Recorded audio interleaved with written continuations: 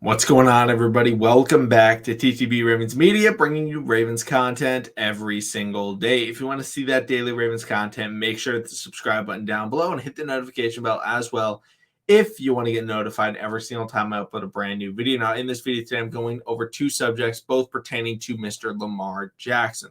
First off, I'm going to be talking about the contract news situation that broke out within the last week or so, and it's, been all over national media and stuff like that. And then finally, I'm going to be talking about how Lamar Jackson's sitting out in this next preseason game.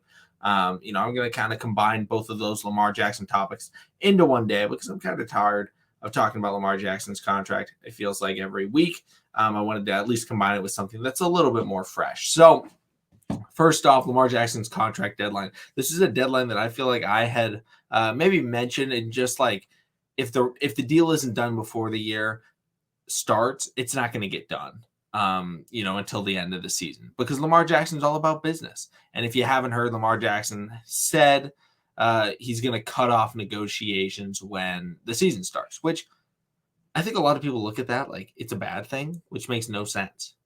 Like, that's a great thing. Lamar Jackson is fully focused on playing football with his team. And if the Ravens are trying to say, hey, Lamar, come on, every week, rather than, hey, Lamar, good job in that game, instead they're saying, hey, let's talk about the money, man. Let's talk about the money. And, every time he has a good week, they offer him a little bit more. He has a bad week, they start offering him less. It's just not good for overall morale for the team of just trying to get that deal done throughout the entire season. Instead, work on it this offseason, see where both of you are at. And even if the deal, guys, I'm not worried. If the deal doesn't happen before this offseason, I'm not overly worried of Lamar Jackson leaving by any means. I think he wants to be in Baltimore. I think he loves this area. He loves this team. He loves the coaches. And he wants to prove it. And he wants to prove not just to the Ravens, but to the NFL, to the sports media world, that he can win. And everybody knows if you win a Super Bowl, that contract is going to get bigger.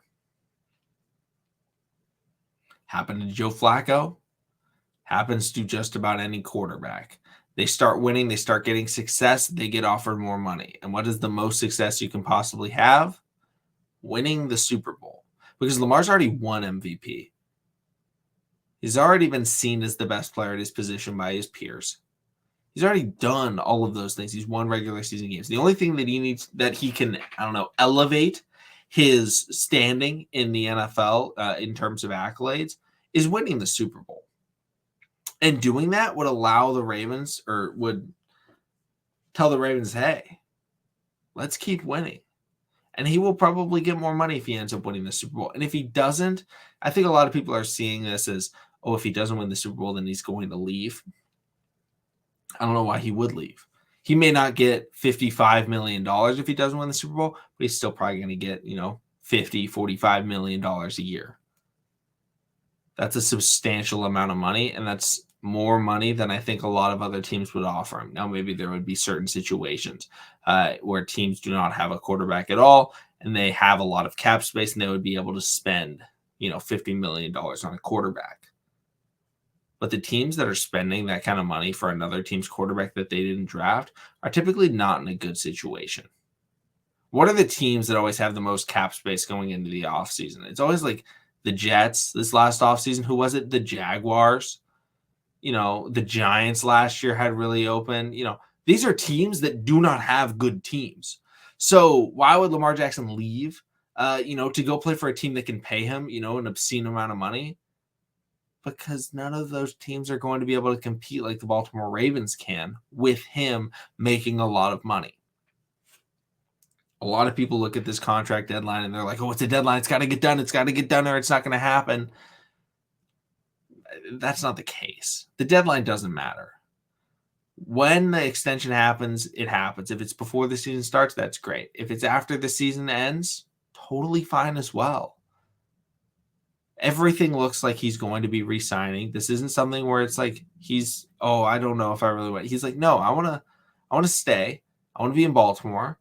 He's like, I'm just busy. Like, I'm trying to focus on winning. Like, he's not about the, I think maybe these are the situations where I think it's great that Lamar doesn't have an agent. I have no problems with that at all.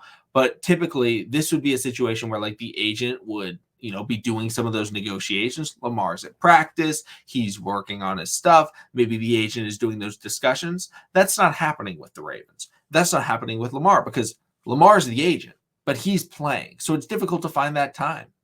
In the offseason, that's when you find the time. And they know where each other's heads are at. They know what kind of money they're looking for, what they're trying to offer, all those things. I think it's going to be working out very well. The other half of this is Lamar Jackson. I believe a week ago, he was asked, like, oh, will you be playing in the preseason? And he was like, I don't know. We'll see. And they were like, well, after Zach Wilson got injured, what? And he was like, stop right there. Stop bringing up, well, other people get injured. That's just like wishing that on me. Don't do that. So instead, he was like, yeah, I think Lamar loves to play football. If he can get out there on the field, I think he's going to take that opportunity. But at the same time, the Ravens lost a lot of players last year, and they lost J.K. Dobbins in the first series of his preseason debut last season. The Ravens are sitting a bunch of starters. I know they're sitting Lamar Jackson. They're also sitting Mark Andrews. Harbaugh said there will be other starters. He can't really tell you exactly right now. But guys are sitting against Arizona. Lamar Jackson is one of those players. So the only opportunity that he has to play is going to be week 3 in the preseason. But I don't know if that's necessarily needed for the Ravens. And I'm totally fine if he plays. I'm not going to be like, oh, you're risking injury. Guys, if you're playing football, you're risking injury no matter what.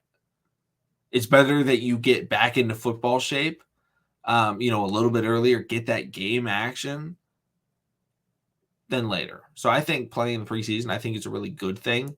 But at the same time, week 3 of the preseason, that's when it's like the roster crunch. That's when you're figuring out who's all of these back-end depth pieces.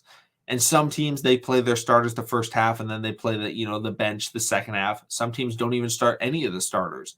And they say, hey, QB2, QB3, you guys battle it out. Wide receiver 4, 5, 6, 7, 8, you guys battle it out. Backup offensive lineman, battle it out. I think that's what we're going to see out of the Ravens in week 3 of the preseason. We're going to see Brown versus Huntley. We're going to see Shamar Bridges, Mekhi Polk, Slade Bolden, all of the undrafted wide receivers, in addition to, maybe if Tylan Wallace is healthy, maybe we see some James Prochet a little bit if he's healthy. All of those players, that's what we're going to be seeing. Seeing the starters, yes, it's more fun. Yes, they are better. But at the same time, the important part of preseason is it's not just getting ready for the season. It's figuring out who's going to make the team. And the Ravens are in a lot of tight positional battles. Quarterback isn't one. So, yeah, they could play Lamar, but it doesn't make a difference. So I think a lot of people are like, oh, the Ravens aren't playing Lamar. Is that meaning they're scared? Doesn't matter. It doesn't, like, all of these things about Lamar Jackson, everyone's trying to create topics and narratives. And I'm trying to tell you guys, it doesn't matter. It doesn't matter when Lamar Jackson signs his contract. It doesn't matter when Lamar Jackson plays in the preseason and if he plays in the preseason. That doesn't matter. What matters are 2 things. 1, the numbers on the Lamar Jackson contract extension. And 2, who makes the 53-man roster? Those are the only questions that I have right now. I'm not looking at it like, hey, wow, they got to do this. They got to do this. They don't. Those are narratives that are being forced onto the Ravens that people are trying to just talk about in the national media. What is Undisputed going to talk about if they can't talk about Lamar Jackson or LeBron James? I mean, that's basically it. Lamar Jackson, LeBron James, the Cowboys every day. I don't know what time that show is on. I don't watch it. But that's what they talk about. So don't fall into these narratives of, oh my goodness, like there's a deadline. There's a hard deadline. It was like, yeah, we kind of knew that. Lamar wasn't going to be negotiating during the season. That's just not Lamar's style. Let me know what you guys think about this whole situation. Thank you so much for watching. Subscribe for Daily Ravens content, and I'll see all of you again tomorrow.